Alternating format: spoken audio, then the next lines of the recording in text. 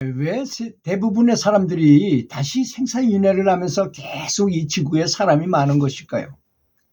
그것은 그 사람들이 이 세상을 떠나기를 싫어하고 다시 돌아오고 싶어 하기 때문인 것입니다. 영화의 한 장면을 보십시오. 총 딱 맞으면 내가 죽어도 너를 원수를 죽은 다음에라도 너 원수를 갖고 말겠다 하면서 이렇게 죽어요. 그러면 당연히 그렇게 됩니다. 저 사람한테 원수 갖기 위해서 다시 태어나요. 제가 참 그렇게 말씀드리기는 싫었지만 어느 날 장인이 돌아가시고 장모님은 몸이 불편하셔가지고 항상 누워 계시고 아주 불편해서 그 장인이 돌아가시면서도 자기 부인 생각 때문에 굉장히 마음이 괴로우셨다가 돌아가셨어요. 그리고 이제 거길 찾아갔는데 어떤 조그만 개가 있는데 얼굴이 동그란 그런 개가 있었는데 그 개를 첫눈에 딱 보니까 우리 장인인 거예요. 제 눈에만 그렇게 보였는가 봐요. 하여튼 다른 사람들은 그런 걸 낌새를 못 채는 거 보니까 저는 틀림없이 한눈에 딱 알겠더라고요. 그리고 장모님이 마루에 누워 계신데 그 마루 밑에 딱 가서 계속 거기 지키고 있는 거예요. 그걸 뭐 몇 사람한테는 얘기했지만 더 얘기해봐야 무엇합니까? 사람들은 그걸 느끼지도 못하고 감지를 못하는데. 그리고 이제 몇 달이 지났어요. 몇 달이 지나서 우리 손이 처남을 만나가지고 제일 큰 처남을 만나서 우연히 뭐 이런 얘기 저런 얘기 하다가 물어봤어요. 그 강아지 어떻게 됐냐 그랬더니 갑자기 깜짝 놀라는 거예요. 무슨 강아지? 왜 그 조그만 강아지 있던 거? 그거 동네에 있던 60견 큰 개들이 2마리가 풀려났답니다. 그래서 동네를 막 휘젓고 다니다가 그 개를 한 방에 딱 물어가지고 죽여버렸대요. 죽었다는 말을 하더라고요. 그걸 보고 야, 윤회와 이게 참 인과관계라는 게 참 복잡 미묘하구나 하는 걸 제가 느낀 적이 있습니다. 그래서 그 사람들은 아직 놓을 수 없는 뭔가에 집착이 많기 때문에 그 집착은 다 사람마다 다르죠. 집착하는 게. 사람마다 어떤 사람 돈을 벌고자 하는데 돈을 못 벌어서 돈을 벌어야 된다는 생각을 하면서 죽었어요.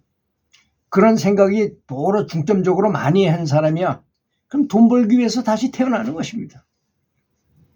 또 어떤 사람은 자기 손주가 희귀병에 걸려가지고 너무 그걸 보고 괴로워하는 사람은 그 손주 옆에 태어나요. 뭘로 태어나든 간에 하여튼 관련 있는 쪽으로 태어나게. 왜?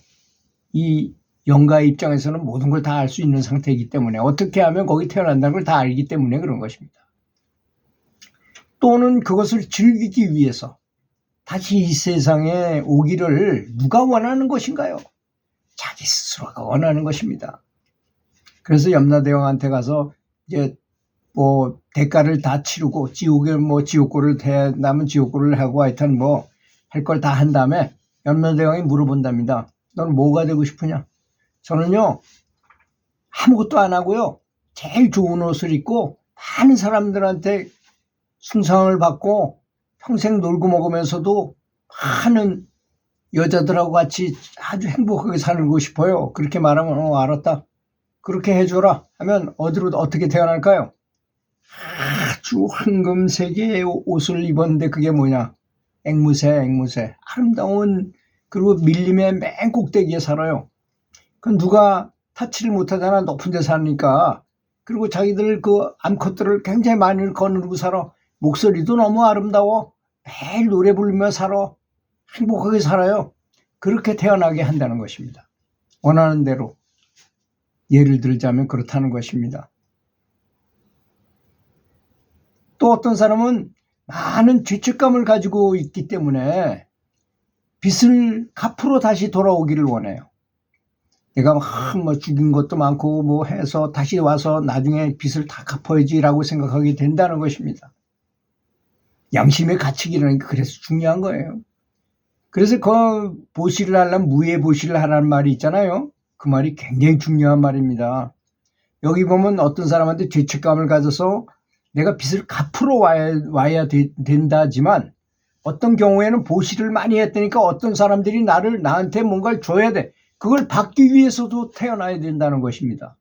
그래서 무예보시를 하라고 깨달은 선지식들께서 아무런 거 바라는 바 없이 그냥 보시를 해라 하는 말이 그런 말인 것입니다. 내가 방생을 많이 했어요. 그래서 죽는 순간에 그렇게 한대잖아요. 제일 약한 그런 순간에 딱 내가 방생을 하거나 내가 도와준 쪽에서는 그 빚을 갚기 위해서 또 엄청나게 많이 온 그 사람하고 조상부터 자손까지 다 나타난대요. 반면에 내가 죽이거나 내가 괴롭히거나 한 쪽에서는 또 그 원수를 갚으려고도 그렇게 찾아온답니다. 여러분, 이 말을 잘 들어보면 왜 무예보시를 해야 되는지를 이해하게 될 것입니다. 내가 너무 내가 좀 잘 되기 위해서 방생해야지 하고 방생하는 것이 그런 생각 없이 진짜 생명체들이 좋아가지고 아무 생각 없이 아무 바라는 거 없이 그냥 살려주고 잊어버려야 되는 것입니다. 그 방생하는 것도 저는 방생 몇 번 해봤지만 방생을 하는 것이 그렇게 이런 취지로 볼 때는 물론 취지마다 다르겠죠. 방생이 나쁘다고 말하는 건 절대 아닙니다. 제 얘기는. 이런 취지에서 볼 때는 좀 무예보시를 해야 되는 것처럼 아무런 생각 없고 어떤 바라는 바 없는 방생을 해야 된다는 것입니다.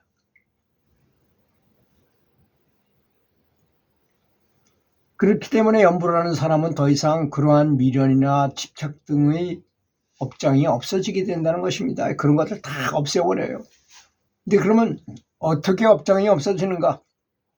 어떻게 없어지는지 모르겠습니다. 잘 모릅니다. 저도. 계속 연불을 하다 보니까 어느 순간에 조금 사라져가지고 언제 그랬는지 모르게 없어져요.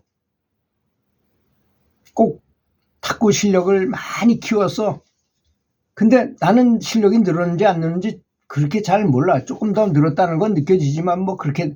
근데 옆에 있는 사람들이 보는 사람들은 저 사람 많이 늘었다야. 이렇게 옆에서 얘기해줘요. 그 등급이 올라가. 그런 거하고 비슷한 것입니다. 이 연불도 계속 업장을 소멸하기 위해서 연불을 하다 보면 언제 없어졌는지 모르게 없어지는 것입니다.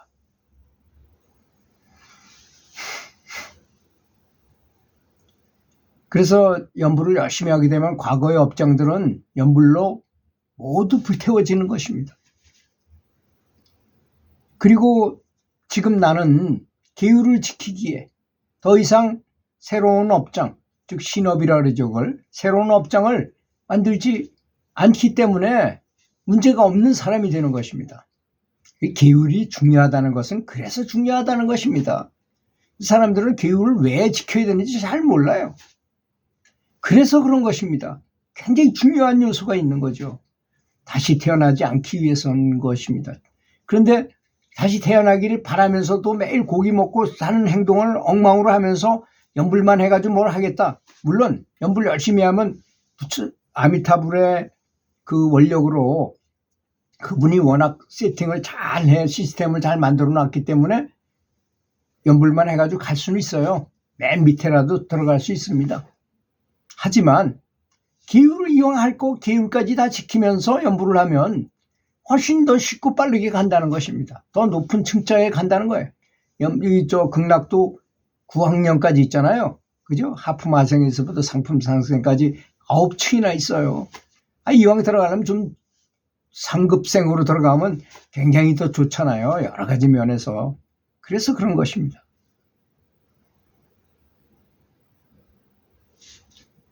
연불하는 사람은 계율을 지키면서 채식을 하고 있습니다.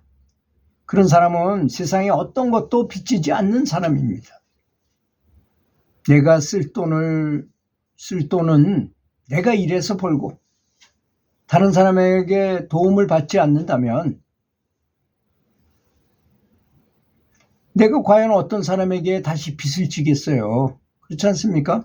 그러니까 윤회하지 않고 극락왕생하기에 아주 편한 사람이 된다는 것입니다. 이렇게 간단 명료한 것이 바로 윤회를 멈출 수 있는 길이라는 점을 아시고 기후를 잘 지키고 채식을 하고, 채식을 하는 것이 참 반복해서 말해도 100번, 1000번 말해도 중요한 것이 가장 큰 중죄가 바로 살생하는 것이기 때문인 것입니다. 아무리 내가 나한테 잘하는 사람이 있다 해도 그 사람이 날 죽였으면 그 사람이 용서할 수 있습니까? 죽이는 것보다 더, 내가 죽는 것보다 더 큰 일은 나한테는 없잖아요. 그런 거 마찬가지로 동물의 입장에서도 그렇다는 것입니다. 그러니까 기후를 지키면서 내가 벌어서, 내가 일해서 돈을 벌고서 그리고 쓰고 이렇게 산다면 무슨 근심 걱정이 있겠고 다시 윤회할 걱정을 하겠습니까? 연불도 열심히 하고 있는데 거기서 연불을 열심히 한다면 더 이상 바랄 바 없이 극락왕생하리라고 믿습니다. 들어주셔서 감사합니다.